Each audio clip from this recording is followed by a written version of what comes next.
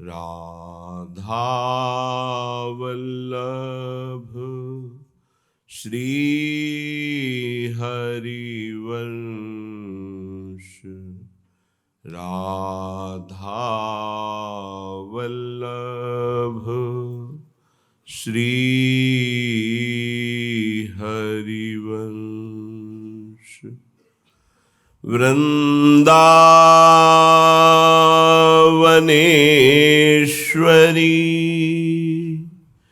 तवैव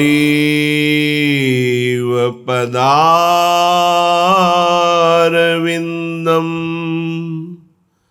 प्रेमामृतैकमकरन्द रसौघपूर्णम्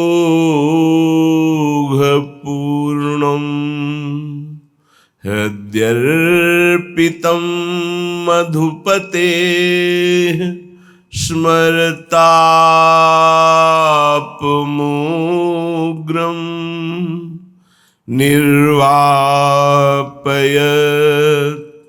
परमशीतल माश्रयामि। परमशीतल माश्रयामि। राधा मोहन सहज स्नेही सहज स्नेही। राधा मोहन सहज स्नेही। राधा मोहन सहज स्नेही।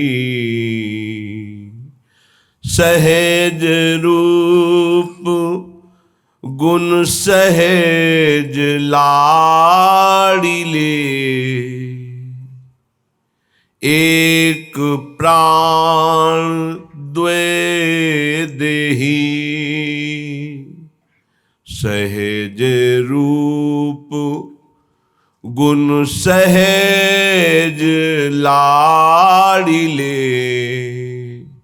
एक प्राण द्वे देही। राधा मोहन सहज स्नेही। राधा मोहन सहज स्नेही।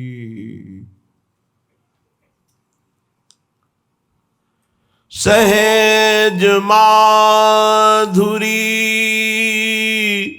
अंग अंग प्रति।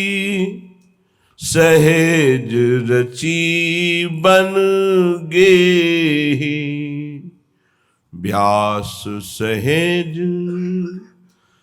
जोरी सोमो मन। व्यास सहज जोरी सोमो मन। सहज प्रीति करि लेहि। मोमन सहज प्रीति करि लेहि। राधा मोहन सहज स्नेही। राधा मोहन सहज स्नेही। उपासक उपास्य देव की एक एक गुण वृत्ति अपने हृदय में चिंतन के द्वारा प्रकाशित कर लेता है। जैसे उपास्य देव का स्वभाव वैसा ही उपासक का, जैसे उपास्य देव ज्ञान गुण गंभीर समुद्र के समान ऐसे ही उपासक हो जाता है। क्योंकि उपास्य देव के चिंतन से ही उपासक की उपासना परिपक्व मानी जाती है। तो जिसका हम चिंतन करते हैं उसका प्रभाव हमारे हृदय को प्रभावित कर देता है। जैसे हम प्राकृतिक वस्तु अभी चिंतन करें, कोई खट्टी चीज का, कोई तो अभी जबान में पानी आ जाएगा। वस्तु नहीं है, केवल चिंतन। किसी द्वेषी पुरुष का जिसने आपका अपमान किया हो, निंदा किया हो, उसका चिंतन करें, अभी गुस्सा आने लगेगा।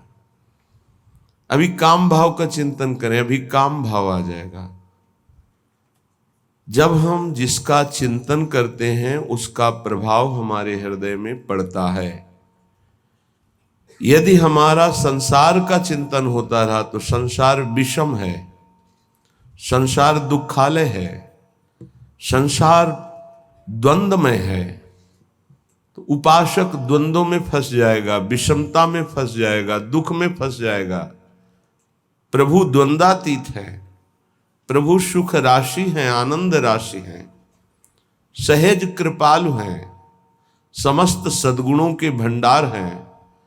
जब हम प्रभु का चिंतन करते हैं तो वही हमारे हृदय में अंश रूप से प्रकाशित हो जाता है।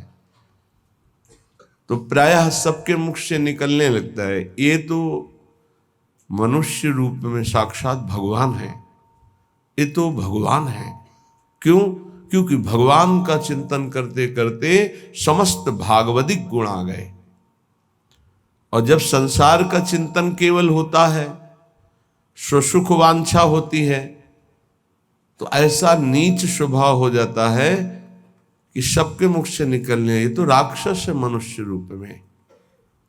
तो खास बात निकली चिंतन। यदि उपासक का चिंतन शरीर का होता है, शरीर के भोगों का होता है, शरीर के सुखों का होता है, तो वो उपासक नहीं, वो विषयी है। यदि विषयों का सेवन करते हुए भी प्रभु का चिंतन होता है तो वो उपासक है, चाहे गृहस्थ हो चाहे विरक्त हो। प्रभु के सिवा अन्य किसी का चिंतन होना अपने अंतःकरण को मलिन करना, अपनी स्थिति को बिगाड़ना है। केवल प्रभु का चिंतन करना, बहुत कम समय में भगवत प्राप्ति कर लेना है। ये बात हृदय में बैठा लिए। हम जिसका चिंतन करते हैं वो बिना प्रभाव दिए नहीं रहता, ध्यान रखना। तो जब हम गंदी बातों का चिंतन करेंगे, जगत का चिंतन करेंगे, तो जगत को भगवान ने दुखालयम कहा है। चाहते सुख और चिंतन करते हो संसार का, तुम्हें सुख मिलेगा। जो आनंद सिंधु सुख राशि प्रभु हैं, सुख चाहते हो तो प्रभु का चिंतन करो।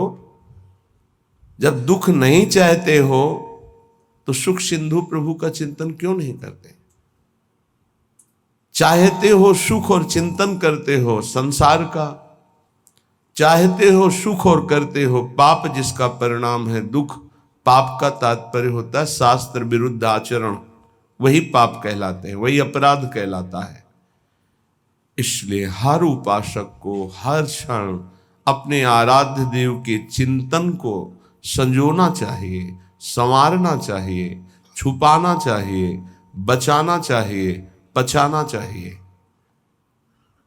ऐसा कर ले गया तो दिव्यानुभूतियां उसके हृदय में ऐसी सच्ची मानिए।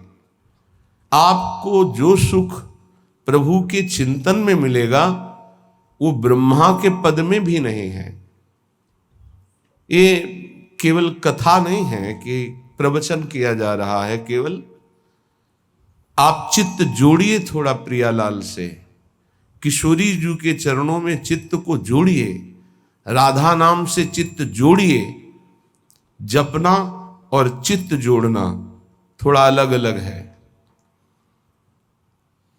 चित्त जोड़ने का मतलब है तन्मयाहा स्थिति। नाम चल रहा है, नाम देख रहे हैं, नाम सुन रहे हैं और कुछ चिंतन नहीं है, उसे तन्मय कहा जाता है। नाम में तन्मय, रूप में तन्मय, लीला में तन्मय, सेवा में तन्मय। बिना तन्मय के चित्त संसार का चिंतन करता है और क्रियाएं भागवतिक होती हैं तो आनंद का अनुभव नहीं होता है। इसका उल्टा हो तो आनंद का अनुभव हो जाए। क्रियाएं भले व्यवहारिक सांसारिक हो, चिंतन भागवतिक हो, ये कठिन बात पड़ती है। इसीलिए प्राय अध्यात्म में जल्दी मन टिकता नहीं है, व्यवहार में ही मन जाता है।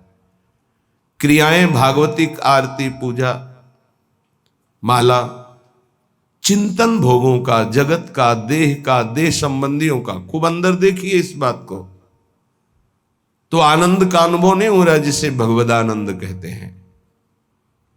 इसीलिए श्रीपाद प्रबोधानंद जी महाराज कह रहे हैं, असुलभ मिहि लोके लब्धुमिच्छस्य यत्नाद, यदि विपुल धन स्त्री पुत्र गेहोत्तमादि, कर निपत मुक्तिम कृष्ण भक्तिम च कांक्षस, यदि वस पर धामई वाद्य वृंदावनाख्यम।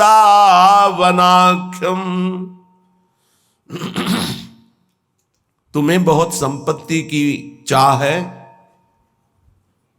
मेरे प्रभु का भजन करो, सच्ची मानिए, ऐसी संपत्ति प्राप्त होगी कि न पारमेष्ठ्यम न महेंद्रधिष्ण्यम न सार्वभौमम न रसाधिपत्यम न योग सिद्धिर न पुनर्भवम वा। विश्वास करो। 4 दिन भजन करते हो, ऊब जाते हो, ऐसे नहीं। लक्ष्य की प्राप्ति के लिए प्राणों की बाजी लगाई जाती है, चाहे कोई लक्ष्य हो। लौकिक लक्ष्य में क्या खिलवाड़ से कोई विजय प्राप्त करता है? प्राणों की बाजी लगाकर जब अभ्यास किया जाता है तो साधारण से साधारण और असाधारण से असाधारण सब पर विजय प्राप्त की जाती है जब प्राणों का मोह छोड़कर अभ्यास किया जाता है। ऐसे ही भजन का अभ्यास आप मान लीजिए, जो चाहिए वो प्राप्त हो जाएगा। श्रीपाद कह रहे, असुलभ मिहि लोके लब्धुमिच्छस्य यत्नाद। तुम प्रयास से उतना धनी नहीं हो सकते हो जितना भगवत कृपा से हो जाओगे। प्रयास तो सब कोई कर रहा है कि मैं सर्व सुखों का भोक्ता बन जाऊं, पर बन पा रहा है क्या? भगवान के नाम का चिंतन करते हुए जथा लाभ संतोष सदा काहू सो कछु न चाहोंगो, ये स्थिति सुदामा जी की थी। कई दिन घर में भोग नहीं लगता था, तुलसी दल और चरणामृत से बच्चों का पोषण होता था। एक दिन द्वारिकाधीश की कृपा कटाक्ष हुई, द्वारिकापुरी की तरह वैभव सुदामापुरी में। भगवान के लिए कुछ मेहनत करनी पड़ती है। एक संकल्प से अनंत ब्रह्मांडों का सृजन हो गया, लेकिन बलिहारी सुदामा जी की एक दाना भी नहीं पाया वहां का। वो भिक्षा से ही जीवन यापन करते रहे। पत्नी से कहा, तुम्हें सुख सुविधा चाहिए थी, मेरे मित्र ने दे दी। मैं सिर्फ श्री कृष्ण से प्यार करता हूं, श्री कृष्ण के वैभव से नहीं। ये क्या चाहिए? असुलभ मिहि लोके, जो तुम्हें इस लोक में सुलभ नहीं हो सकता वो तुम्हें प्राप्त हो जाएगा। ये आंतरिक बात है। जब आपकी स्थिति ऊंची उठेगी भजन से तो दिव्यताएं आपके सामने आएंगी। जैसे आप बैठे हैं ऐसे दिव्य लोकों के वैभव, दिव्य लोकों के देवता, दिव्य लोकों की सिद्धियां उस उपासक के सामने उपस्थित होती है। मुझे भोगो, मुझे स्वीकार करो, क्या चाहिए तुम्हें, बोलिए। और जब वो नहीं बोलता है तब स्थिति आगे बढ़ती चली जाती है। आखिर में श्री भगवान को आना पड़ता है, क्या चाहिए। जब उनसे भी नहीं बोलता है तब वो अधीन हो जाते हैं और संग संग डोलते हैं। जहां मेरा भक्त चरण रखे वहां रखूं मैं हाथ, पीछे पीछे मैं फिरूं कभी न छाड़ूं साथ। मान लो मेरी बात। अगर नाम जब चल रहा है तो असुलभ मिह लोके लब्धुमिच्छस्य यतनाद, जो बड़े प्रयास से यहां प्राप्त नहीं हो सकता वो तुम्हें प्राप्त हो जाएगा। सबसे बड़ी बात, सूक्ष्मता से विचार कीजिए। आप धन क्यों चाहते हैं? तो उत्तर आएगा भोगों के लिए। सीधी बात है। धन से हम मकान बना सकते हैं, हम सुंदर सुंदर भोग एकत्रित कर सकते हैं, कपड़ा लत्ता भोजन भोग सामग्री सब ठीक है।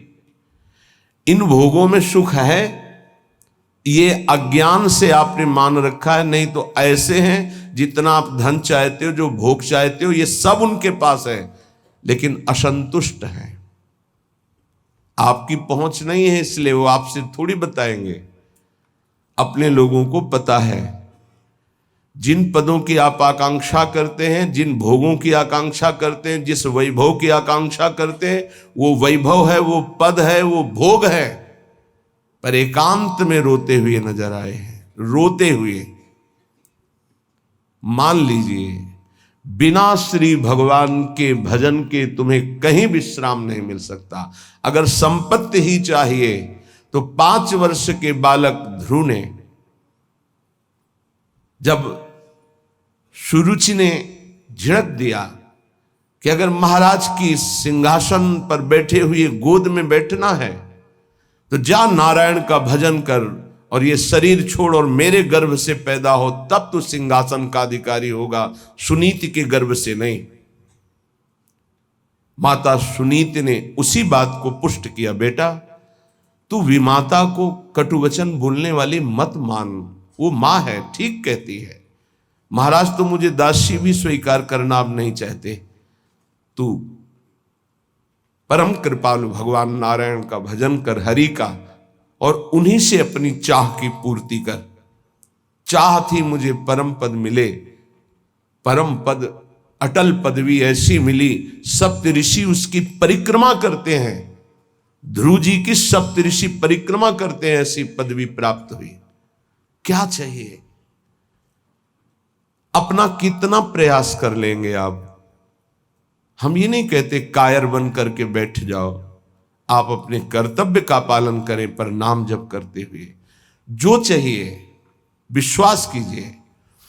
अगर भगवान का भजन करते हुए तुम भगवत प्राप्ति नहीं कर पाते, भ्रष्ट हो जाते हो, तो श्रीमान कुलवानों के यहां तुम्हारा अगला जन्म होगा, परम पावन, जहां वैभव ही वैभव है। जिन भोगों में तुम भ्रष्ट हुए हो उस भोगों की बाहुल्यता होगी, और भक्ति के संस्कार उन भोगों से वैराग्य दिलाकर अगला जन्म भगवत प्राप्ति करा ही देगा पक्का। 2 प्रकार का जन्म होता है योग भ्रष्ट का। यदि वो भोगों में भ्रष्ट हुआ है तो भोग की बाहुल्यता और भक्ति संपन्न घरों में जन्म होगा, और यदि वो वैराग्य की चूक हो गई है तो अगला जन्म उसको सीधे ऐसे गृहस्थों के यहां होगा जो अकिंचन वैरागी और भगवत भक्त होंगे, जहां जन्म से वैराग्य के संस्कार और फिर भगवत तत्व का बोध, भगवत प्राप्ति। घाटा तो है ही नहीं। थोड़ा भी नाम जप किया तो दुर्गति से बचाकर सदगति में लगा देगा।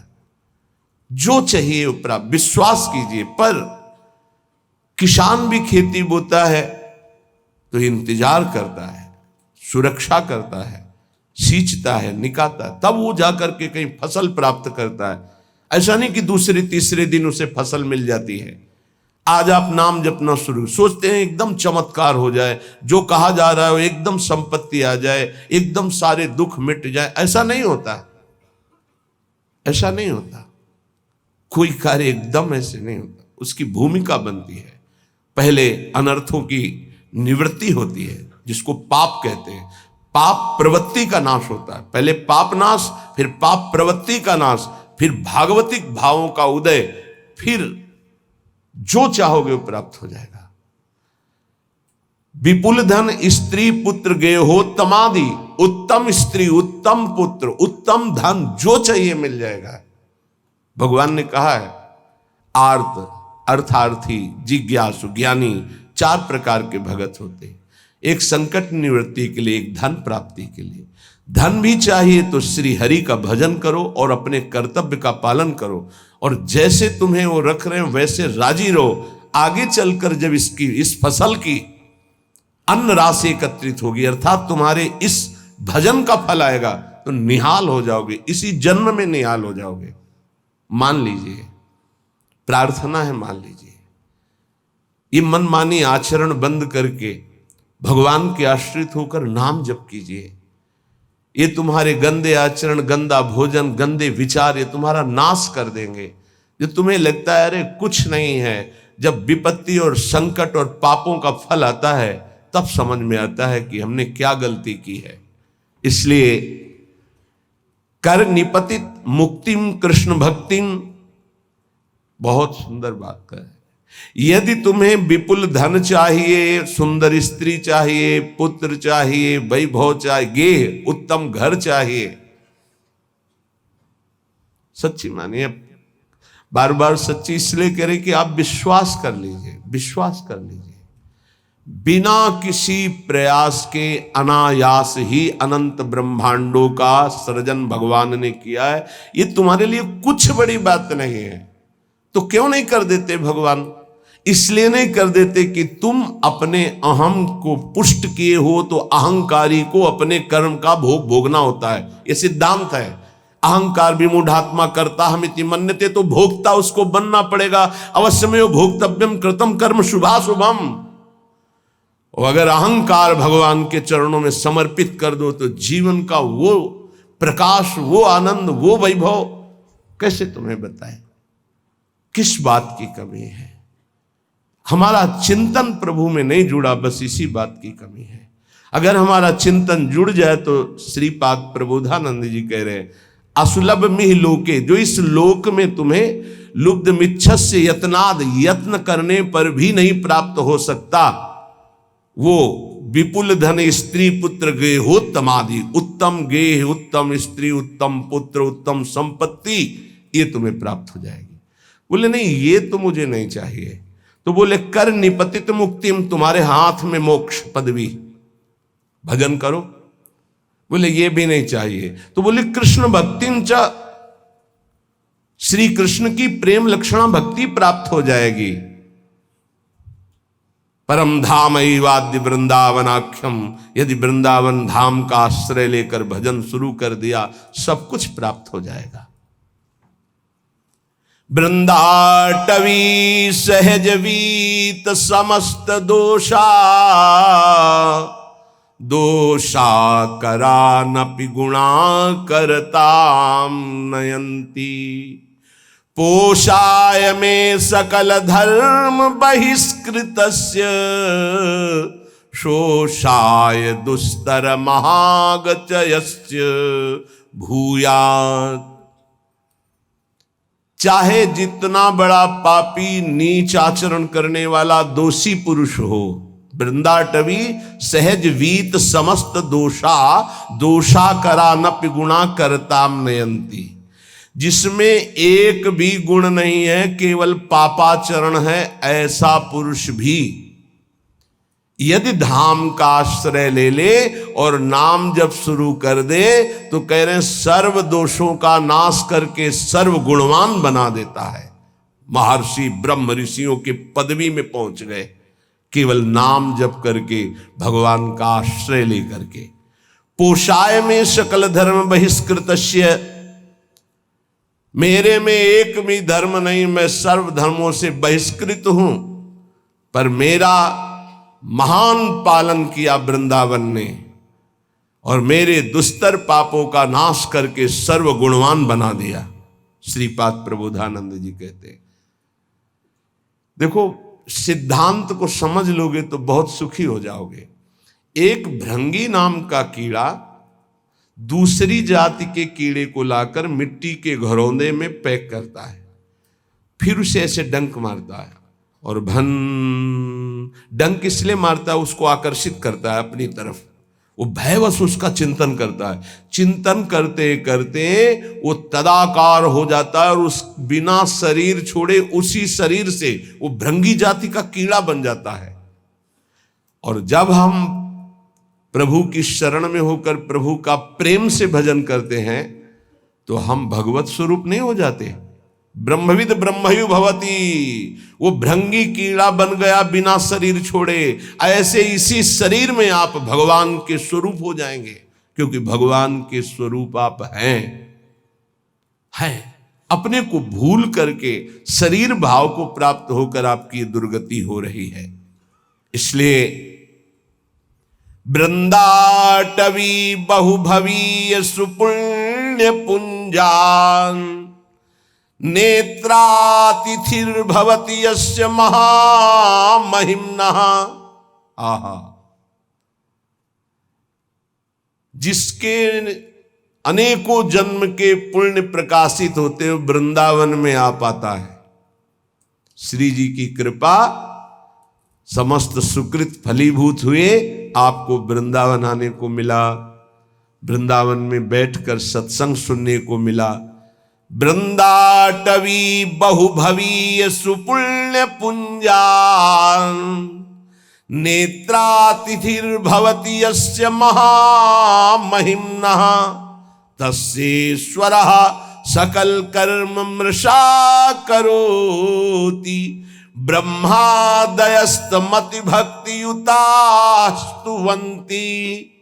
ओहो,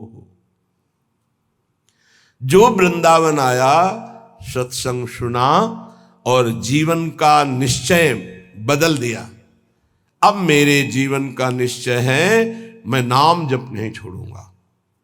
तो बोले पूर्व संचित जितने कर्म थे वृंदावन सब भस्म कर देता है। तस्येश्वरा सकल कर्म मृषा करोति। क्यों? वृंदावन के ईश्वर बड़े दयालु हैं। वृंदावनाधीश्वरी और वृंदावनाधीश्वर श्री प्रिया प्रीतम, उनकी कृपा कटाक्ष से यहां आने वाले, यहां आश्रय लेने वाले, यहां भजन करने वाले समस्त पापों से, दोषों से रहित हो जाते हैं। और एक बात खास कह रहे हैं कि सकल कर्म मृषा करोति, आगामी जो कोई गलतियां हो जाएंगी उनका उनको दंड नहीं मिलेगा।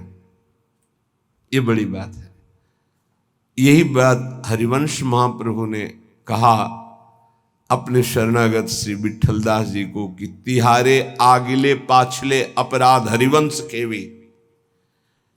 पाछले तुम्हारे जो हैं वो तो नष्ट ही हो जाएंगे, और आगिले अगर कोई हुए तो हरिवंश खेवी, उनको हम देख लेंगे, तुम चिंता मत करो।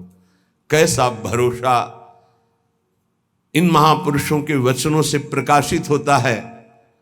इनको छोड़कर अब कहां किसका आश्रय ले।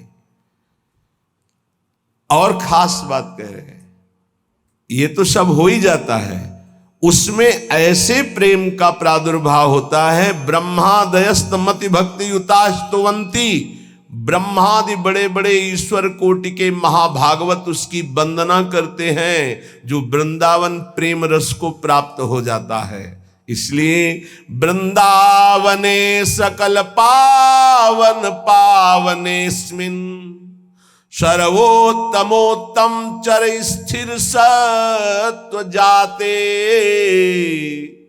श्री राधिका रमण भक्ति रसैक कोशे तोषेण नित्य परमेण कदा वसामि।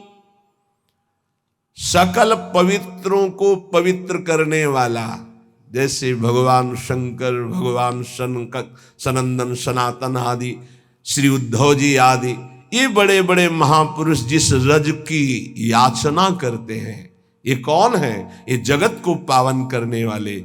तो कह रहे हैं वृंदावने सकल पावन पावनेस्मिन्, जो रज शिव शनकादिक याचक, बड़े बड़े पावन करने वालों को भी पावन करने की सामर्थ्य वृंदावन की रजरानी में है। यहां जो जड़ चैतन्य वास कर रहे हैं,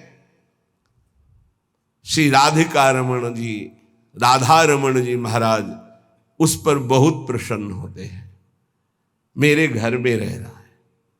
तो बोले जो यहां वास नहीं कर रहे वो, बोले आश्रित है। आश्रित की भी वही गति होती है जो वास करने वाले की होती है, लेकिन हृदय से संपूर्ण आश्रय वृंदावन का हो। तो भक्त रसैक कोशे तोषेण, जब राधा रमन जी प्रसन्न हो जाते हैं तो अपना खजाना खोल देते हैं। तोषेण, तो क्या भक्ति रसइक कोसे, भक्ति रस का खजाना खोल देते हैं। दिव्य लीलाएं अंदर चल रही है, दिव्य भाव अंदर चल रहे, उसी में परमानंद में डूबा हुआ है। नित्य परमेण कदावसामी, क्या कभी मेरे जीवन में ऐसा अवसर आएगा कि मुझे ऐसे श्रीधाम वृंदावन में वास मिले और मैं निरंतर प्रिया प्रीतम के चिंतन में ऐसे डूबूं जैसे मछली जल के बिना जीवित नहीं रह सकती। ऐसे एक आधे क्षण के लिए भी यदि हमारा चिंतन छूटे तो प्राण व्याकुल हो जाए। यही भक्ति का, भजन का सही स्वरूप ये है कि जैसे मछली जल से अलग की जाए तो जहां तनिक जल बिछुड़े छोड़ी देत है प्राण। जहां जल से अलग हो तो तड़पते हुए प्राण त्याग, ये भजनानंदी का स्वभाव है, ये है आश्रित का स्वभाव, ये है वृंदावन वासी का स्वभाव। अगर ये स्वभाव नहीं है तो अभी वृंदावन वास तन मन के बन से ये अभी सही बात नहीं हो रहा, अभी सही आश्रय नहीं है, अभी सही भजनानंदी नहीं है। ये पहचान है। बड़ी कृपा है, आप सच्ची मानिए, जिनको कोई उपाधि नहीं मिली है, उपाधि पदवी, जिनको कोई जानता नहीं, बड़ी कृपा है। वो जीवन जिसको कोई नहीं जानता है वो हरि प्रिया के संग व्यतीत होता है, प्रिया प्रीतम के संग। कहीं कोई चिंतन जाने की गुंजाइश ही नहीं, कोई जानता ही नहीं, कोई प्रणाम नहीं, कोई नमस्कार नहीं, कोई बात नहीं करता, कोई नहीं बात करता। कभी कोई राधे राधे नहीं कहता, और कहे भी तो उपेक्षा कर दी जाती थी कि कहीं परिचय ना हो जाए। जहां तनिक जल बिछुड़े छोड़ देत है प्राण, यह है भजनानंदी का स्वरूप। तद स्मरणेन परम व्याकुलते, देखो कहां हो, देखो प्रायः बहुत दिनों के बाद एक ऐसे महाभागवत के दर्शन हुए, सबकी चरण वंदना, लेकिन ऐसी स्थिति कि जहां तनिक जल बिछुड़े छोड़ देते हैं प्राण। एक महाभागवत के बहुत दिनों बाद दर्शन हुए जो महाराष्ट्र से पधारे थे, रोम रोम से निकल रहा था विठ्ठल विठ्ठल विठ्ठल विठ्ठल विठ्ठल। ऐसी महान स्थिति आज हमारे ऊपर प्रिया जो प्रसन्न हुई, ऐसे महाभागवत का साक्षात्कार करा दिया। पर जानते हो, एक साधारण पतली धोती, एक साधारण कुर्ता और ऐसे छुपे हुए वेश में कि कोई ये ही नहीं कह सकता कि ये संत है, लेकिन ऐसी ऊंची स्थिति नाम की पूछो मत। ये कोई उपाधि नहीं, कोई परिचय नहीं और कोई सम्मान की प्रियता नहीं, ऐसे बैठे हुए थे, कोई आदर नहीं। जब दृष्टि में दृष्टि मिली तब लगा अरे कितनी उच्च कोटि की अवस्था इनकी अध्यात्म की है। नेत्र तरसते हैं भजनानंदी और ब्रह्मबोध संपन्न महापुरुष के दर्शन के लिए। सच्ची माने ये उपाधियां तो बहुत है, उपद्रव कराने वाली बहुत उपाधियां हैं। उपाधि रहित महापुरुष, खास बात है, उपाधि रहित महापुरुष, देहाध्यास रहित महापुरुष, भगवत चिंतन में डूबा हुआ महापुरुष, तत्वबोध महापुरुष, ये अंगुलियों में गिने जा सकते हैं, ये सैकड़ों की संख्याओं में नहीं होते। छोड़ी देत है प्राण जहां जल से बिल गावे। अगर मछली को जल से अलग करो तो प्राण त्याग देती है, ऐसे ही भजन के जरा से विस्मरण के आभास में उनको ऐसा लगता है कि मेरे प्राण निकल जाएंगे, भजन छूट गया क्या। अगर मछली को पानी से निकालकर शुद्ध गाय के दूध में, अब दही में, या सुंदर घी में, या सुंदर रबड़ी में डाल दो तो बचेगी क्या? प्राण त्याग देगी। केवल जल ऐसे ऐसे भजनानंदी, दे दूध में डारी रहे ना प्राण गवावे। अगर दूध में डाल दे तो रहे ना, वो अपने प्राण त्याग देगी, क्योंकि पानी से प्रेम करती मछली। तो जाको वही आहार ताही को काले दीजे, रहे न कोटि उपाय और सुख नाना कीजे। बोले जिसका जो आहार है वो उसी की प्राप्ति में जीवित रहेगा, अन्यथा प्राण त्याग देगा। ध्यान दीजिए, भजनानंदी का आहार है नाम जप। अगर नाम जप छूटा तो प्राण त्याग देगा, जीवित नहीं रह सकता। कसौटी में कसो कौन सी स्थिति है आपकी, कितना आप भजन से प्यार करते हैं। यह लीजे दृष्टांत सके सो ले बिचारी, जो नाम से ऐसो करे स्नेह ताहि की मैं बलिहारी। मैं बलिहारी हूं ऐसा जो नाम से प्रेम करता है। पलटू ऐसी प्रीति कर जल और मीन समान, जहां तनिक जल बिछुड़े छोड़ देत है प्राण। भजन का क्या स्वरूप है, तद स्मरणेन परम व्याकुल तेति। श्री पलटू स्वामी जी कहते हैं, बहुत बड़े भजनानंदी महापुरुष, जिनके रोम रोम से सीताराम सीताराम निकलता था। कह रहे ऐसी प्रीति करो नाम से जैसे जल से मछली प्रीति करती, दूर होने पर प्राण त्याग देती है। और भगवान के दास होकर के भगवान के नाम की इज्जत रखिए आप।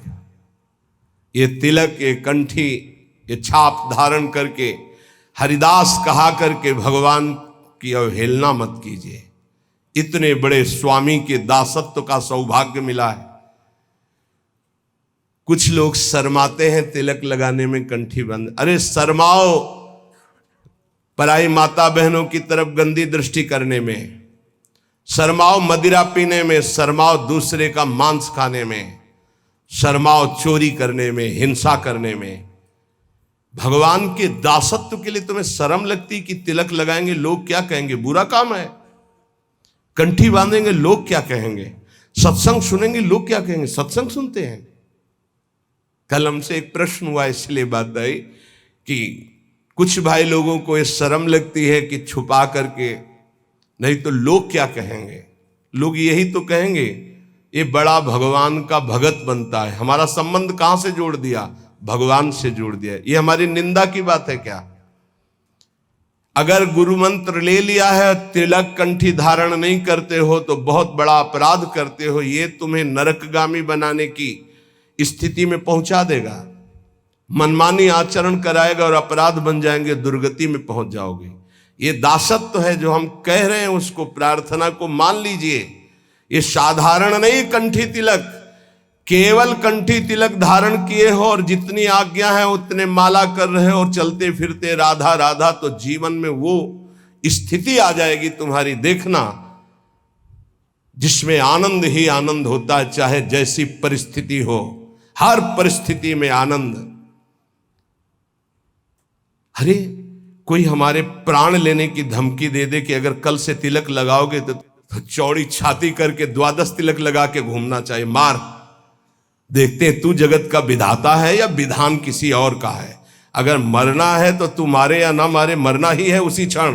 और अगर नहीं मरना है तो काल भी नहीं मार सकता। समुझ जे आए शरण ते डरत ना काल डर।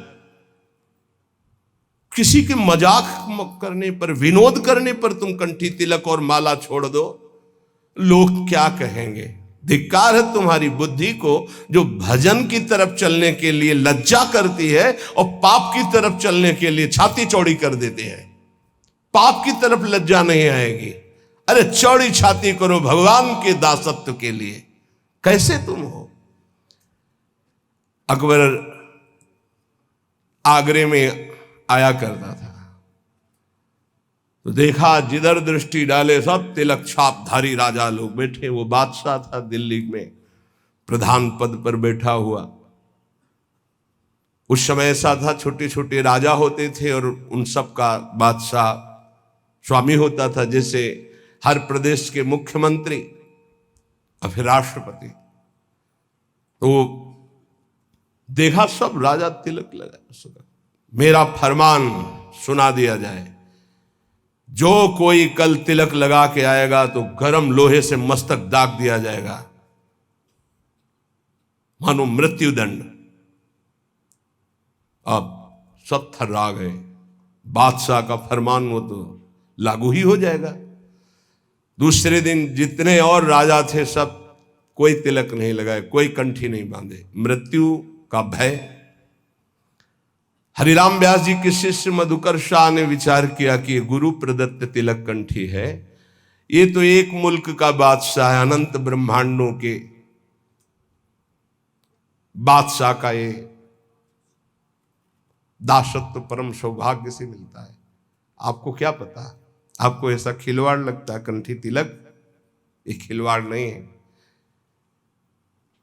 मंगल सूत्र की महिमा तो सुहागवती ही जानती है ना, कुंवारी कन्या क्या जाने, जिसने वरण ही नहीं किया या व्यभिचार नहीं किया जाने, जिसने पातिव्रत्य ही नहीं धारण किया। ऐसे ही कुमार्गगामी क्या जाने सत्य मार्ग के इस कंठी तिलक का प्रभाव, तो क्या जरूरत है इसकी, अंदर अंदर भजन करो। ऐसे ऐसे भी बड़े कहने वाले आते हैं, क्या जरूरत है मांग भरने की, क्या जरूरत है सुहाग भरने की। ये वो बातें करते हैं जिनके धर्म नहीं है हृदय में। उन्होंने सोचा गुरु प्रदत्त तिलक कंठी और ये कह रहा है नहीं बांध के आना तो मृत्यु स्वीकार, आज सभा में मरूंगा लेकिन कंठी तिलक नहीं उतार सकता। पहले तो अंगरखा पहन के जाते थे, तलवार लगी हुई, आज सब उतार दिया, केवल नीचे की धोती, 12 तिलक, तलवार खोस कर गए। सभा में वैसे तो जाके बंदगी की जाती थी, बिल्कुल बंदगी नहीं की, सीधे खड़े हैं। अकबर ने कहा कि तुमने फरमान नहीं सुना मधुकर शाह? खींच ली तलवार और कहा आपका फरमान एक मुल्क के बादशाह का है, मेरे गुरु का फरमान अनंत मुल्कों के बादशाह का ये दासत्व है, देखते हैं कौन आकर तिलक मिटा देता है। जैसे मानो भगवान नरसिंह का आवेश हो गया हो, सभा थर्रा गई। तत्काल अकबर ने कहा नहीं नहीं, बस मैं ये देखना चाहता था सच्चा तिलकधारी कौन, जय हो तुम्हारी मधुकर शाह। तत्काल बदल गया, जिस समय भगवद आवेश में उनका देखते हैं कौन। उन्होंने कहा कि आदेश करो। मधुकर शाह ने कहा आदेश नहीं, प्रार्थना निवेदन है, हमारे ब्रजमंडल में कभी भी कोई शिकार न खेले और इस ब्रजमंडल के अंतर्गत किसी के ऊपर कंठी तिलक पर कोई भी आपका फरमान न जारी हो। बोले स्वीकृत है, निष्ठा में सब कुछ होता है। बोले ऑफिस जाना है, कंठी तिलक बांध कर जाएंगे, वो ऑफिस में नौकरी में निकाल दिए जाएंगे। वाह, केवल अपने ही धर्म का त्याग करने पर तुम्हारा भरण पोषण होता रहे तो वही जीवन है क्या? ये तुम्हारी कायरता नहीं है अपने धर्म के प्रति? केवल शरीर पोषण के लिए अर्थ मिले, भोग वासना और धर्म का क्या महत्व रहा? हम अपने धर्म के लिए प्राणों को, अपने राष्ट्र के लिए प्राणों को समर्पित करें तो हमारी जय।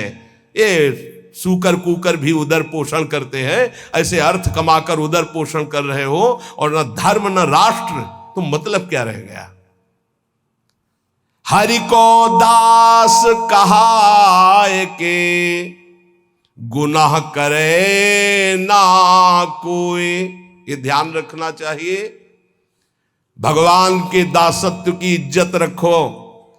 कंठी और तिलक लगाए हो, तुम कहां खड़े हो, तुम क्या बोल रहे हो, तुम्हारा आचरण क्या है, ये बहुत सावधानी से समाज देखता है। आपकी बात, आपका खड़े होना, आपका बैठना, क्योंकि आप हरि के बहुत बड़े के दास हैं, पार्षद हैं। तो संत महापुरुष जन कह रहे हैं भगवान के दास होकर भगवान की इस दासत्व की इज्जत रखो, मर्यादा रखो। तुम कौन हो? बोले हरि का दास हो। कहां खड़े हो? क्या कर रहे हो, क्या बोल रहे हो, क्या खा रहे हो, कौन सा आचरण कर रहे हो, उस समय सोचो मैं हरि का दास हूं, क्या ये उचित है करना? हरि को दास कहाई के गुनाह करे ना कोय, गुनाह करे ना कोय जेहि विधि राखे रहिए। दुख सुख कैसे पड़े केहू से तनिक न कहिए। बहुत महिमा की बात है। कोई भी ऐसी गलती न करो कि कोई हमारे भगवान को कोष दे। ध्यान रखना, तुम हरि के दास हो, बहुत बड़े स्वामी का ये चिन्ह है। कहीं स्वामी का कोई अपमान न करे, क्योंकि आप जैसे पीले धारण किए हो, कहीं भी गलती करोगे तो गाली सीधे तुम्हारे गुरु को पड़ेगी, चाहे आप चाहे जहां गलती करो। भले ही आप हमसे हृदय से नहीं जुड़े हो, लेकिन वेश धारण किए दासत्व का, तो सीधे होगा। किनका? बोले उनका। अच्छा ऐसा, ये दासत्व श्री प्रियालाल का है। कह रहे गुनाह करे ना कोई, और जेहि विधि राखे रहिए, जैसे तुम्हारे इष्ट रख रहे हो वैसे रहना सीखो। दुख सुख कैसे पड़े केहू से तनिक न कहिए। ये बात बांध लो हृदय की ग्रंथि में कि हमें चाहे जैसी परिस्थिति हम किसी से सहयोग के लिए नहीं कहेंगे, तो हरि सहयोग के लिए आएंगे। इंतजार करना, आखिरी हद में रहना, बीच में टूटना नहीं। तो आखिरी में जो आएंगे वो हरि आएंगे, पक्का आएंगे, पक्का आएंगे। विश्वास कर लीजिए, बहुत बार देखा है, बहुत बार। आखिरी हद में रहना, बीच में टूटना नहीं, तो आखिरी जो आएंगे वो हरि आएंगे, देख लेना। दुख सुख कैसे पड़े केहू से तनिक न कहिए। कभी ऐसा जीवन में नहीं कहा गया है कि बीमार हो थोड़ा सहयोग करोगे क्या? कभी जीवन में नहीं। जैसी परिस्थिति, और सेवा में जाने पर कभी आभास नहीं होने दिया कि शरीर कष्ट में है। पूरी यथावत प्रसन्न मुद्रा में सेवा, बाहर निकल गए, फिर लेट गए। कैसी भी परिस्थिति हो सामने जानने न दो, और किसी को अपने हृदय की कमजोरी मत बताओ। खाने को नहीं है, दर्द है, बहुत समस्या है, मेरा हरि जान रहा है और उसने पास किया है ऐसी परिस्थिति, तो उनके द्वारा किया हुआ विधान मेरे लिए परम मंगल विधान है। रहीमन मन की मन व्यथा रखे मन में गोए, सुन ले हैं लोग सब बांट न ले है कोई। उपहास करेंगे लोग, कहना नहीं, अंदर की बात केवल अपने हरि से कहो। तेरे मन में और करने वाला है, और तू न करे खराब नाहक को निस दिन दौरे। बाको कीजे याद जाहि की मारी टूटे, आधी को तू जाए घरे में सब में फूटे। पलटू गुनाह किए से भजन माहि भंग होए, हरि को दास कहाए के गुनाह करे ना कोई।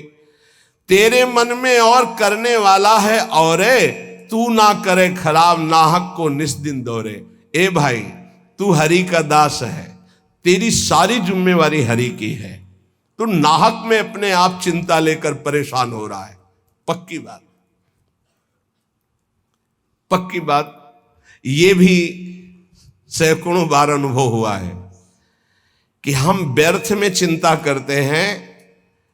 जिस विषय की हम चिंता करते हैं वो बहुत अच्छी तरीके से पहले से व्यवस्थित कर दिया गया है। जब पर्दा हटा तब पता चला, अरे ऐसा।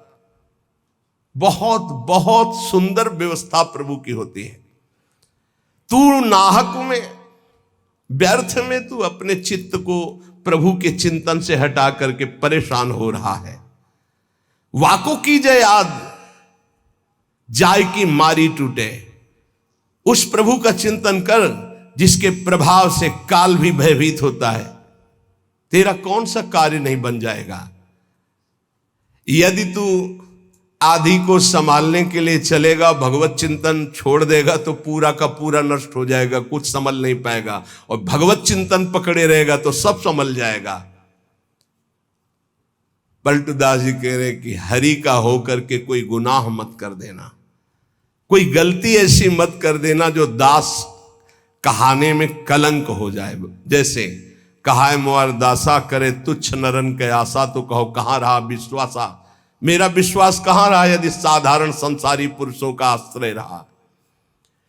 पलटू ऐसे दास को भरम करे संसार, भरम करे संसार होई आसन से पक्का, भली बुरी को कहे रहे सही सबका धक्का। बोले ऐसे जो भगवान के दास होते हैं संसार उनको भ्रमित नहीं कर सकता, फंसा नहीं सकता। कैसा? बोले जो आसन के पक्के होते हैं। नौजवान साधु में पैल फैला के बैठ रहे हो, 14 बार ऐसे ऐसे ऐसे। अरे भाई 2 घंटा कम से कम बैठने का अभ्यास, साधु का मतलब क्या है? अगर 2 घंटे ऐसे हाथ रख दिए तो ऐसे ही हाथ रखे ऐसे ही बैठे। ब्रह्मचारी हो, हर नस नाड़ी में पावर है, भगवत चिंतन परायण हो तो ऐसे शांत 6-6 घंटे से दासन पद्मासन ऐसे 6-6 घंटे शांत बैठे एकदम। ब्रह्माकार वृत्ति, भगवदाकार वृत्ति, ये हमारा परम आनंद है। आसन में बैठना नहीं सीखा तो साधु का मतलब क्या रहा और गृहस्थी का मतलब क्या रहा? अगर साधन कर रहे हो गृहस्थी में तो कम से कम 48 मिनट 24 घंटे में एक आसन में तो बैठना सीखो। एक आसन बिछाकर उसमें बैठना तो सीखो। कुछ मिनट तो आसन का पक्का होना चाहिए साधु, आसन का पक्का। 18 घंटे पद्मासन में पूज्य सिउड़िया बाबा जी 18 घंटे। तो एक आश्रम में टिके तो 18 घंटे बैठे, तो वो बहुत ही उच्च कोटि के वहां के भी जो महाराज जी थे, तो शिष्यों ने कहा अरे महाराज 18 घंटे। तो बोले क्या हुआ, क्या हुआ? जड़ शरीर से संबंध रहित है वो 18 घंटे, क्या चाहे जितने बैठे रहे उसमें क्या फर्क पड़ता है? अभ्यास में बहुत बड़ी सामर्थ्य होती, अहम की कोई गुंजाइश नहीं। यहां 18 मिनट बैठना मुश्किल हो जाएगा पद्मासन लगा के। हमें लगता है कि थोड़ा अभ्यास, पर बातें कि लक्ष्य में प्रीति नहीं है, लक्ष्य में प्रीति नहीं है। कहेंगे हम तो सेवा में मगन रहते हैं 24 घंटे। 3 घंटे में विश्राम काफी, 24 घंटे में 3 घंटे। अगर हमारी भगवदाकार वृत्ति है तो हर स्थिति को सहने की सामर्थ्य। मान लीजिए बहुत ऊंची स्थिति के लिए आपको कष्ट सहना पड़ेगा, आपको जानबूझकर कष्ट सहना पड़ेगा। थोड़ी देर बैठना सीखिए। ये आज भी गुरुजनों में हमने देखा है, समय है उस समय में वो अपने आसन पे रहते हैं, आसन पे बैठते हैं। आप सबसे प्रार्थना है एक समय कुछ ऐसा निकालो अपने 24 घंटे में जिसमें आप आसन में बैठने का अभ्यास करें। सुखासन, पद्मासन, सिद्धासन, इसका बहुत लाभ मिलेगा। देख लीजिए, आसन भस्म करे संसार होई आसन से पक्का। संसार के चिंतन का नाश तभी होता है शांत बैठे। ये नहीं यहाँ खुजला रहे, यहाँ एक बार रख दिया आप त्वगेंद्री, चाहे जैसी परिस्थिति हो, बार बार मन जाएगा यहाँ खुजला, नए मंत्र में लगा रहे, शांत नहीं, जांग दर्द के नहीं, मैं शरीर नहीं हूं, राधा राधा राधा। धीरे धीरे देखो शून्याकार वृत्ति आने लगेगी। भली बुरी को कहे रहे सही सबका धक्का। कोई गाली दे, कोई अपमान करे, इन बातों पर ध्यान नहीं दिया जाता। मत वाले हाथी की चाल चला जाता है, मस्त गजेंद्र की तरह भूखते रहो, कोई फर्क नहीं पड़ता। भली बुरी सबकी सुन लेबे, करी गुजरान गरीबी मां, मन लागो मेरो राम फकीरी मां। कहत कबीर सुनो भाई साधु, साहब मिलत सबूरी मां, मन लागो मेरो यार फकीरी मां। शांत भाव से सब सह गए। धीरज धै संतोष रहे, दृढ़ हुए ठहराई। धैर्यवान, पक्का स्वभाव, विचलित ना हो, जहां जमा के पैर रख दिया, जमा दिया, हटा नहीं सकते, गर्दन कटा सकते हैं। यह है सूरवीर योद्धा का मार्ग भजन का। अर्थात जितने माला, जितना पाठ, जितना नियम, कभी छोड़ नहीं सकते। धीरज धैर्य संतोष रहे दृढ़ हुए ठहराई, नियमावली को प्राणपन से निर्वाह करना। ये विनोद की बात नहीं, परमार्थ। ऐसे थोड़ी तत्वबोध, ऐसे परमात्मा प्राप्ति थोड़ी होती। जानबूझकर हर सुखों का त्याग करके अपने को कठोर बनाया जाता है, अपने को मजबूत बनाया जाता है। धीरज धैर्य संतोष रहे दृढ़ हुए ठहराई, जो कछु आवे खाई बचे सो दे लुटाई। संग्रह न करे। बड़ी श्री जी की कृपा है जो अपने लिए कभी संग्रह ना हो। अपना नाम, अपना मकान, अपना वैभव अगर गृहस्थी में भी है तो ठाकुर जी के भाव में रखे तो जीवन मुक्त होने के लिए बढ़िया अवसर है। ये घर ठाकुर जी का, नाथ सकल संपदा तुम्हारी, मैं सेवक समेत सुत नारी। और विरक्त में तो भगवान ही भगवान है, उसका कुछ है ही नहीं। कहीं भी अपना अस्तित्व न रहे तो जीवन मुक्त होने में सहजता आ जाएगी। लगे न माया मोह जगत की छोड़े आशा। बहुत ध्यान देने योग बात। बल तज निर्बल होए सबुर से करे दिलासा। काम क्रोध को मार के मारे नींद आहार।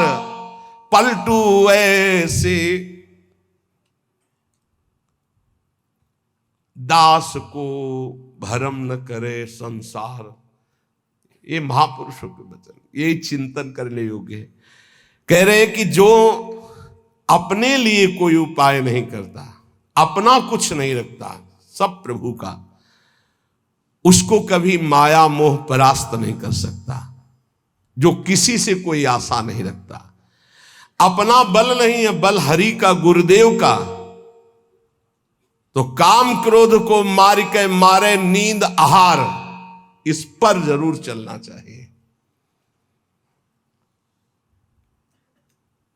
जब भगवत मार्ग में भगवत प्राप्ति की लगन की अगन लगी तो सबसे पहले यही अंदर आया था कि हम कई दिन तक भूखे रहकर भजन कर सकते हैं? नहीं खाएंगे। भजन का तार न टूटे। और कितने दिन हम रह सकते हैं ऐसे? भजन का तार न टूटे। हर कष्ट में भजन, हर सुविधा में भजन, संसार के किसी भी क्षेत्र में भजन, भजन न छूटे, इसका अभ्यास हमें करना है। ये दृढ़ निश्चय कर लिया गया था बचपन में ही।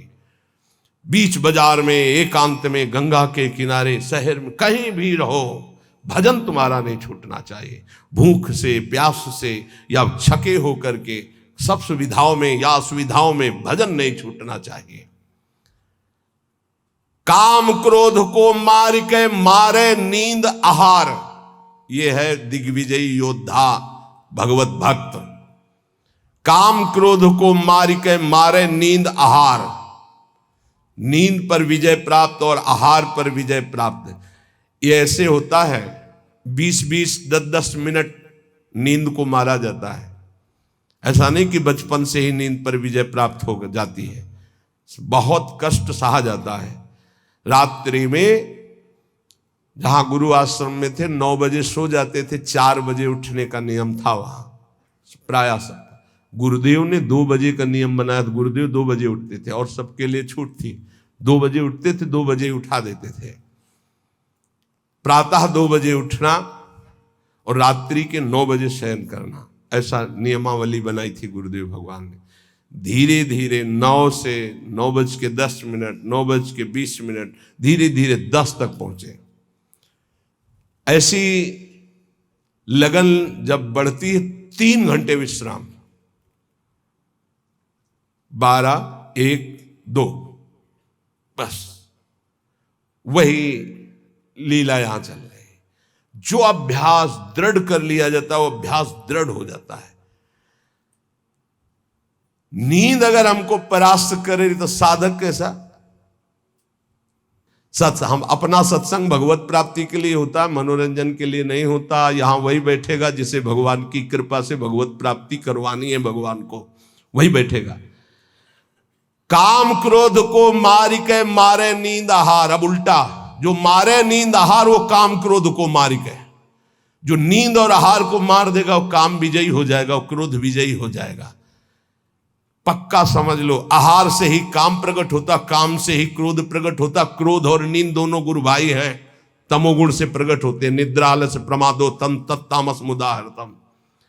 पलटू ऐसे दास को भ्रम न करे संसार, ऐसे दास को भ्रमित नहीं करती है माया।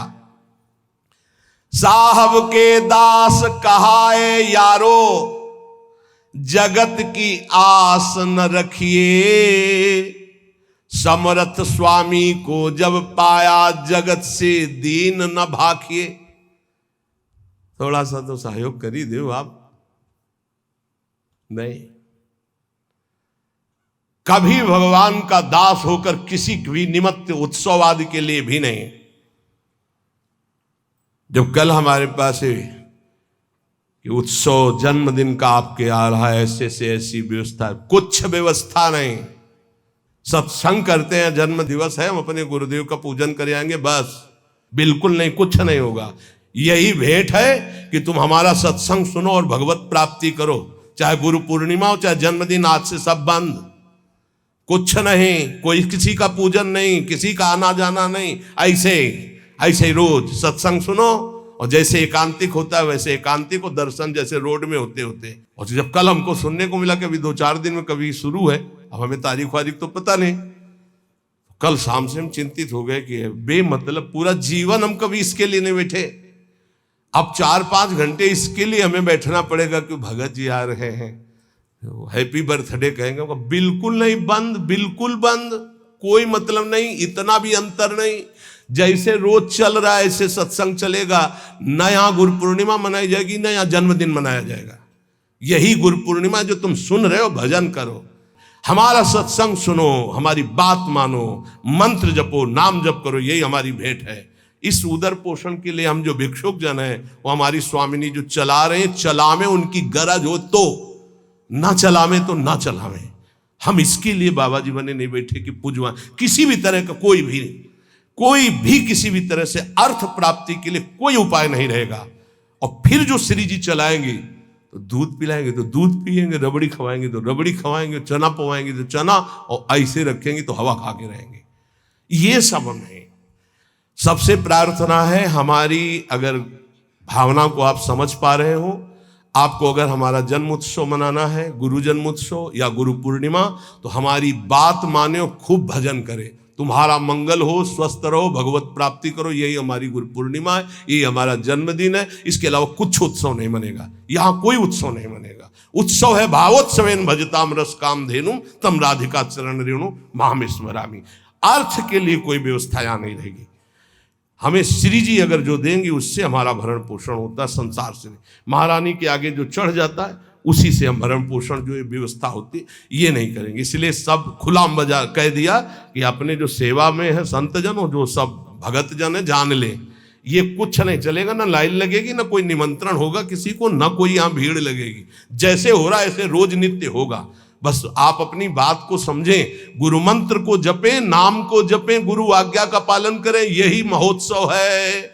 इस महोत्सव के लिए हमारा जीवन है। हम श्री जी के हैं, श्री जी के रहेंगे, श्री जी ही हमारा जीवन है। ये महान उत्सव हो रहा है, नाम कीर्तन उत्सव हो रहा है, श्री जी का झूलन उत्सव हो रहा है, श्री जी की आरती उत्सव हो रहा है, श्री जी का वन विहार हो रहा है। यही हमारे जन्म का उत्सव है, यही हमारा उत्सव है, यही हमारी गुरु पूर्णिमा। अगर ये नहीं तो सब नाटक है, उसको हम नहीं मानते। किसी से हमें कभी भी इशारा करना पड़े किसी भी बात के लिए, बिल्कुल नहीं, बिल्कुल नहीं। कोई ऐसा उत्सव नहीं, ना लेना ना देना, मगन रहना, हरिनाम लेना, हरिनाम देना, राधा नाम गाना, राधा नाम गवाना, यही हमारा उत्सव है। सील स्नेह शीतल बचन यह संतन की रीति, सुनत बात के जुड़ाए जावे सबसे करिए प्रीति। संतों की रीति यही है कि उनके वचन सुनकर संसार के ताप से तापित जीव आनंद को प्राप्त हो जाए। हमारे प्रभु अंदर की बात देखते हैं। देखो बहानेबाजी जो है, अंदर का भरोसा टूटा ना प्रभु का, तो बाहर का नाटक प्रभु की प्राप्ति नहीं करा सकता। अंदर का भरोसा, अंदर से अगर अर्थ प्राप्ति का किसी भी तरह से भाव बन गया तो हमारा जितना किया करा ऐसा माटी हो जाएगा। चाहे हमारे शिष्य हो, चाहे हमारे मित्र हो, सब ये बात सुन लीजिए।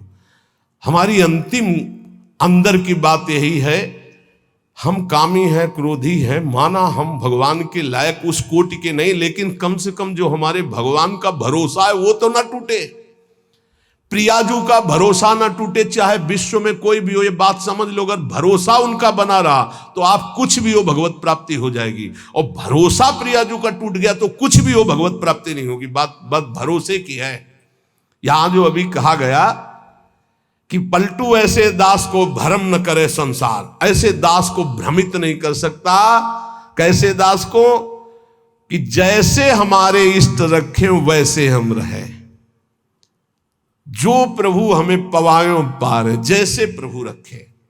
गुरु का और शिष्य का संबंध आज्ञा पालन के लिए होता है। आज्ञा पालन ही गुरु पूजा है। अगर गुरु की आज्ञा पालन नहीं तो बाहरी भेंट और माला और रबड़ी रसगुल्ला ये गुरु पूजा नहीं है, ये व्यवहार है। ये हम बाबा जी तुम ढेर सारे कपड़े ले आओगे तो क्या करेंगे? क्या करेंगे इनको? तुम ढेर सारी वस्तुएं ले आओगे, हम क्या करेंगे? अरे उधर पोषण करना, राधा राधा गाना, हमें कुछ नहीं चाहिए। अच्छा, जिस दिन बिजली नहीं होगी, जिस दिन माइक नहीं लगेगा, तो जितना आवाज है उतनी आप तक पहुंच जाएगी। आप धैर्य से सुन लीजिएगा। अर्थ की चाह करने का मतलब है श्री जी से दूर हो जाना। हम खुली बात इसलिए कहते हैं कि घुमा घुमा कर यही माया अंदर आकर के बैठ जाती है। कोई व्यवस्था नहीं, किसी का सहयोग की जरूरत नहीं। ये जो भगवत चर्चा हो रही यही व्यवस्था है, इसी को अपने जीवन में उतारो। यहां जुड़ने का मतलब व्यवस्था हमारी तुम्हें संभालने की नहीं है, तुम्हारे संभले नहीं संभलेगी। हम फकीरों की व्यवस्था ईश्वर से संभलती है, तुम संसारियों से नहीं। हमारी आंतरिक व्यवस्था है। ये शरीर तो उनके सहारे जैसे चाहे रखे, पूरा जीवन हो गया। अब तो जा रही अंतिम, अब तो शाम होने वाली है। प्रभात से लेकर के दोपहर हो गई और शाम हो गई।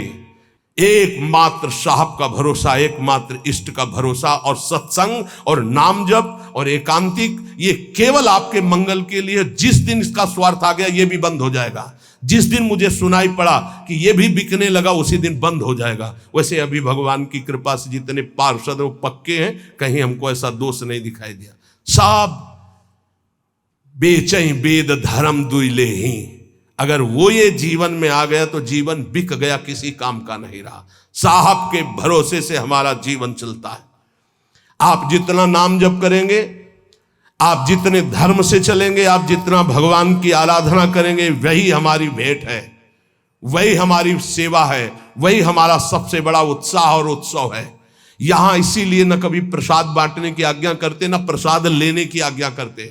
इस प्रसाद में बुद्धि लगाओ जो तुम्हें इस जीवन से मुक्त कर देगा और भगवान की प्राप्ति करा देगा।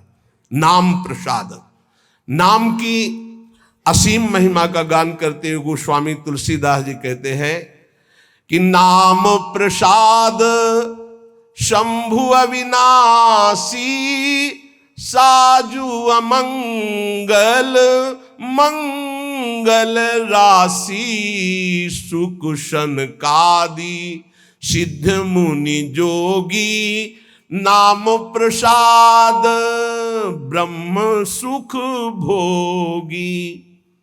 भगवान शंकर ज्ञान समुद्र होते हुए भी हर समय नाम जप करते रहते हैं। कैसे पता लगा भगवान शिव नाम जप करते हैं? जिस समय सती जी ने भगवान के समझाने पर नहीं समझाओ, बार बार संशय किया, तो कहा जो तुम्हारे मन अति संदेहु तो किन जाए परीक्षा ले हो, जाओ परीक्षा लो जाके। फिर विचार किया शिव जी ने कि हुई है सोई जो राम रचि राखा, को करी तर्क बढ़ावई शाखा, और अस कही जपन लगे हरि नामा। बार बार भगवान के नाम का जप स्वयं भगवान शंकर करते हैं।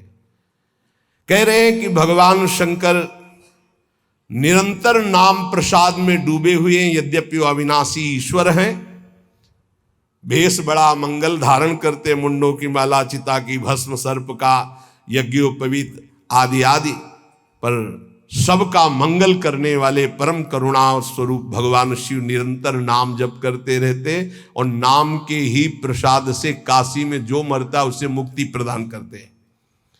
श्री सुखदेव जी, सनक संदन, सनातन, सनत कुमार, ये सिद्ध मुनि, योगी गण, ये सब नाम का जप करते हुए ब्रह्मानंद में मगन रहते हैं। नारद जानेऊ नाम प्रतापू, जग प्रिय हरि हरि हर प्रिय आपू। और नारद जी तो हर समय नारायण नारायण नारायण जपते रहते हैं। सारा संसार हरि को प्यार करता है, हरि को हर प्यार करते हैं, और नारद जी हरि और हर के दोनों के प्यारे हैं, क्योंकि हर समय नाम जप करते रहते हैं।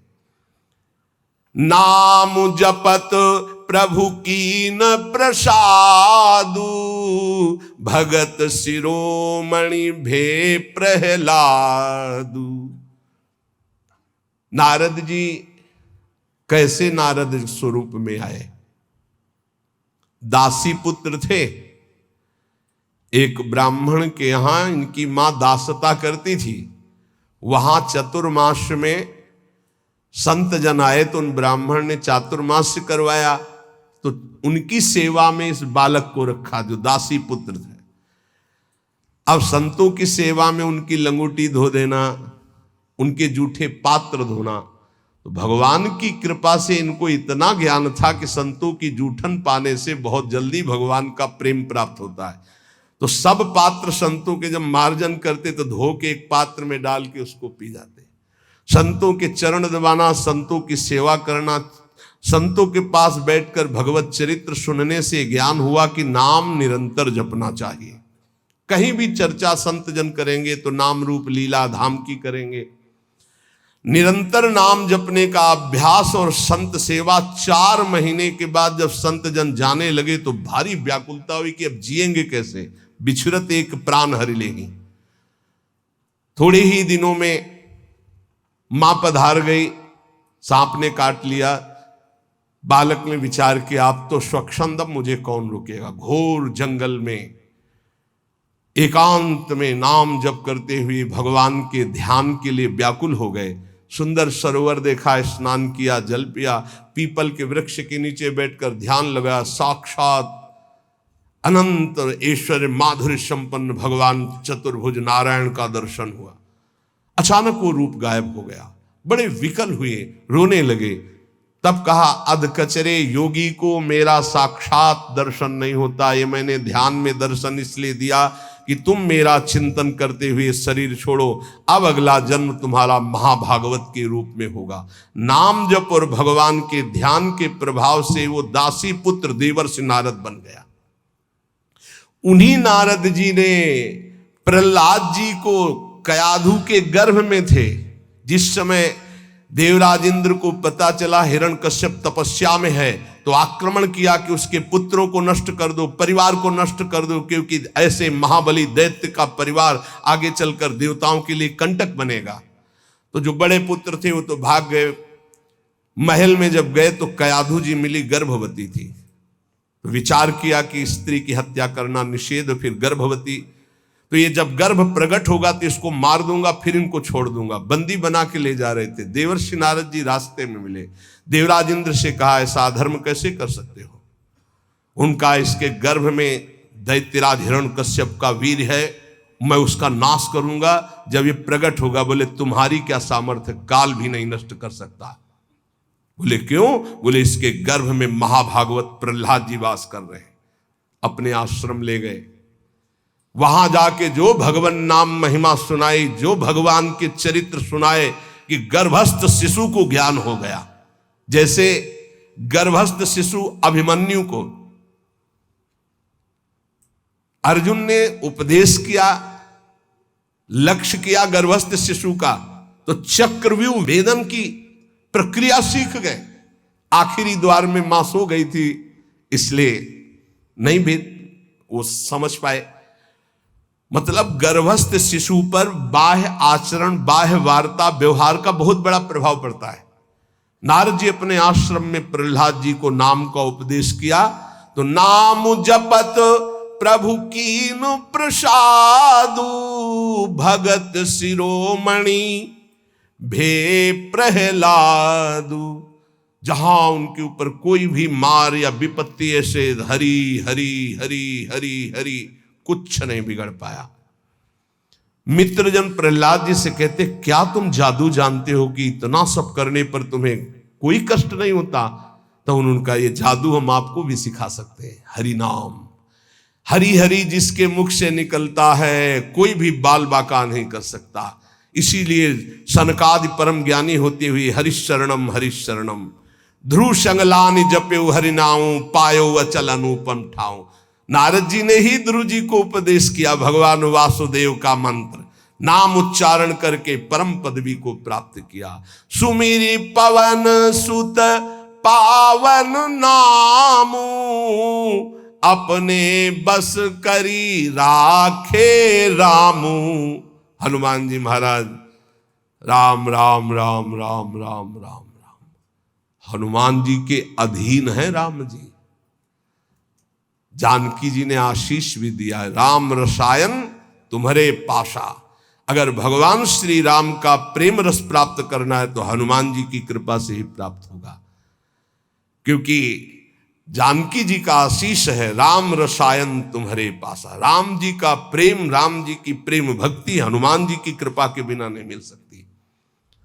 और राम जी स्वयं कहते हैं कि औरो एक गुपुत मत सबई कहो कर जोरी, शंकर भजन बिना नर भगति न पावे मोरी। सुमिर पवन सुत पावन नामो, नाम का बल देखो, हनुमान जी ने नाम के बल से राम जी को अपने अधीन किया। हाँ, अपने बस करी राखे रामू। ये बात जब कभी चिंतन में आती है ना तो इसको सैकड़ों बार इस चौपाई को बोला है, सुमिर पवन सुत पावन नामू अपने बस करी। अजित भगवान को अपने अधीन करने की सामर्थ्य भगवान के नाम में है। वो धन्य है जो नाम से प्रेम कर रहे हैं। अपितु अजामिलु गजु गनिकाऊ, भय मुकुत हरि नाम प्रभाऊ। बोले नीच अजामिल जो जीवन भर वैश्यागमन किया, घोर नरक की प्राप्ति होती, पुत्र के बहाने से अंतिम समय निकल गया। नारायण हरिनाम निकलने के कारण उसको परम पद की प्राप्ति हुई। गजेंद्र अंतिम समय बिल्कुल था कि ग्राह एक झटके में अब अंदर ले जाता। हरि भगवान सुदर्शन चक्र से ग्राह का उद्धार किया और गजेंद्र को बाहर किया। बहुत से ऐसी वैश्याएं हो गई जो भगवत प्राप्त हो गई भगवान नाम के प्रभाव से। कहो कहां लगी नाम बड़ाई, राम न सकहीं नाम गुण गाई। हद हो गई, गोस्वामी जी ने हद कर दी। कह रहे मैं कहां तक वर्णन करूं नाम की महिमा, स्वयं राम जी भी नाम की महिमा नहीं पूर्ण गा सकते, स्वयं नामी भी नाम की महिमा पूर्ण रूप से नहीं गा सकते। नाम राम को कलप तरु कलि कल्याण निवास, जो सुमिरत भयो भांगते तुलसी तुलसी दास। बोले नाम है कल्पतरु, जो चाहो प्राप्त कर लो नाम जप करके। कल्पतरु मनचाहा पदार्थ देने वाला नाम। कल्याण का निवास स्थान कौन है? बोले नाम। नाम जप रहे हो मतलब कल्याण हो गया। नाम जप रहे हो तुम्हारा संसार समुद्र से पार होने का पूर्ण विधान बन गया। नाम जप कर रहे हो तुम्हारी सारी कामनाएं पूर्ण हो जाएंगी। कह रहे नाम जपने से निकृष्ट उत्कृष्ट हो जाता है, निकृष्ट उत्कृष्ट हो जाता है। उदाहरण में दिया कि जैसे भांग का पौधा और कहां तुलसी का पौधा। शालिग्राम पर। बोले निकृष्ट भी उत्कृष्ट हो जाता है नाम जप करने से। अहो वत्सो पचतो गरीयान यजिभ्यागे वर्तते नाम तुभ्यम। चाहूं जुगती निकालती हूं लोका, भय नाम जप जीव विशोका। केवल कलयुग की ही बात नहीं कह रहा हूं, चारों युगों में, तीनों कालों में, तीनों लोकों में जिसने नाम जप किया वो शोक रहित परम पद को प्राप्त हुआ। कितने नाम जप किया ये नहीं कह रहे, जिसने नाम जप किया, अधिक से अधिक जितना तुम नाम जप का करो तुम्हें निश्चित भगवान की एक नाम नहीं फिरी जाएगा, एक नाम नहीं फिरी जाए। एक सेकंड में अगर राधा बोला, अब दोबारा बोलो या ना बोलो, तुम्हारा काम इतने से ही बनना शुरू हो जाएगा। हमारा विश्वास कर लो इस बात पर, क्योंकि पूरे रजिस्टर में एक नाम निकलेगा कि एक बार राधा बोला, एक बार कृष्ण बोला तो भारी पड़ जाएगा। तो ऐसा कीमती नाम हर श्वास में क्यों न जपो जिससे तुम्हें प्रेम प्राप्त हो जाए। गोस्वामी जी कह रहे हैं, वेद पुराण संत मत येहू, सकल सुकृत फल राम सनेहू। समस्त वेद पुराण शास्त्र संतों का एक ही मत है, भगवान के नाम से प्रेम हो जाए तो सब शास्त्रों का सार मिल गया। सतयुग में ध्यान के द्वारा, त्रेता में यज्ञ के द्वारा, द्वापर में पूजा के द्वारा, पर कलयुग में परम सिद्धि नाम कीर्तन और नाम जप से ही प्राप्त होती है। नहीं कलि कर्म न भगति विवेकु, राम नाम अवलंबन एकु। कलयुग में और ज्यादा कुछ नहीं हो पाएगा। सामग्री शुद्ध नहीं है, बुद्धि शुद्ध नहीं है, आचरण शुद्ध नहीं है, वातावरण शुद्ध नहीं है, आसपास का परिकर शुद्ध नहीं है।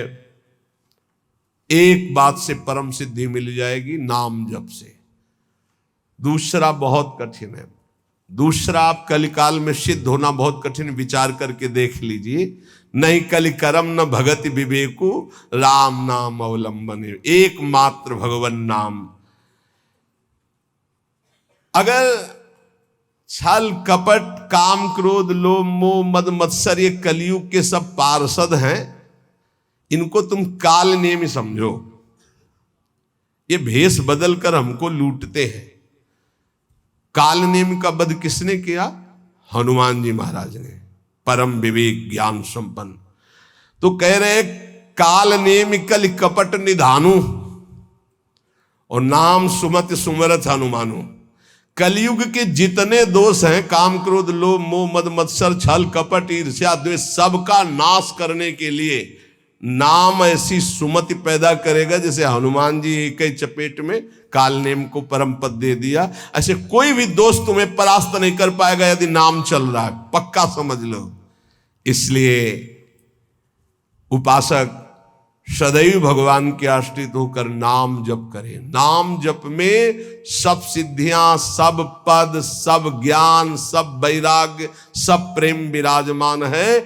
जितना अधिक नाम जप करोगे उतने तुम्हारी गुरु पूजा हो गई, उतने तुम्हारी इष्ट पूजा हो गई, उतने तुम्हारे सारे ऋण मुक्त हो गए, सब कुछ हो जाएगा। नाम नाम निरंतर नाम जप करो। नाम जपने वाले के ऊपर कोई भी किसी भी तरह का विधि निषेध नहीं है। नाम जप करने वाले का कभी घाटा नहीं है। नाम जप करने वाले का कभी पतन नहीं है, कभी नाश नहीं। साधन करने वाले में धोखा हो सकता है। अन्य शास्त्री साधन कर रहा, चूक हो गई, फल नहीं मिलेगा। लेकिन नाम भाव कुभाव अनख आलसहु, नाम जपत मंगल दिशि दसहु। अनुष्ठान में श्रद्धा में कमी हो गई तो फल में कमी हो जाएगी, लेकिन नाम जप में श्रद्धा हो या ना हो, राधा राधा राधा तुम्हारी सदगति पक्की। इसीलिए कलयुग केवल नाम आधारा, सुमिर सुमिर नर उतरहि पारा। निरंतर नाम जप करो, नाम जप से तुम्हारा सब हृदय पावन हो जाएगा। अगर नाम जप नहीं है तो सब अधूरा है। आखिरी जीवन में निर्णय में ये शब्द देख लेना, नाम जप है तो पूरा ही पूरा, वही सूरा वही पूरा जिसने नाम जप किया, और नाम जप नहीं तो अधूरा ही अधूरा है। पूरे फाइनल में देख लेना आप, चाहे जितने बड़े साधक हो, निरंतर नाम जप नहीं है तो फाइनल में देख लेना 0 0 0 और 1 लगा दिया तो 10 100 1000 10,000 बढ़ती संख्या चली जाएगी। 1 लगा के 0 0 तो उसका 0 का महत्व हो गया, और 0 0 0 1 हटा दिया तो कुछ नहीं, 0 ही 0। 1 है नाम, अंक है नाम, सब साधन है शून्य। नाम सहित साधन करो तो 10 गुना फल देता चला जाएगा। नाम हटा दो तो 0 0 0। इसीलिए बहुत सुलझा हुआ गोस्वामी जी का ये कहना है, कलयुग केवल नाम आधारा, सुमिर सुमिर नर उतरहि पारा। खूब नाम जप करो। हृदय से कहता हूं, मान लो सब साधन भगवान की कृपा से भगवान की प्राप्ति कराने में समर्थ हो, लेकिन अपने को केवल नाम जप पकड़ना है। पूज्य भाई जी से हनुमान प्रसाद पोद्दार जी महाराज, मेरी प्रथम और जीवन की अंतिम अनुभूति, एकमात्र तुम भगवान के नाम जपने का नियम लो, तुम्हें निश्चित भगवत प्राप्ति होगी। बड़े बड़े महापुरुषों, चाहे वो नानक साहब हो, कबीर साहब हो, चाहे जितने बड़े बड़े सब संतों की जब वाणियों का एकांत में अवगाहन हुआ, तब हम चिल्ला चिल्ला के कहते नाम नाम नाम, केवल नाम, और अपने जीवन का सार नाम। राधा राधा राधा, शेष चर्चा आगे। श्री राधा वल्लभ लाल की।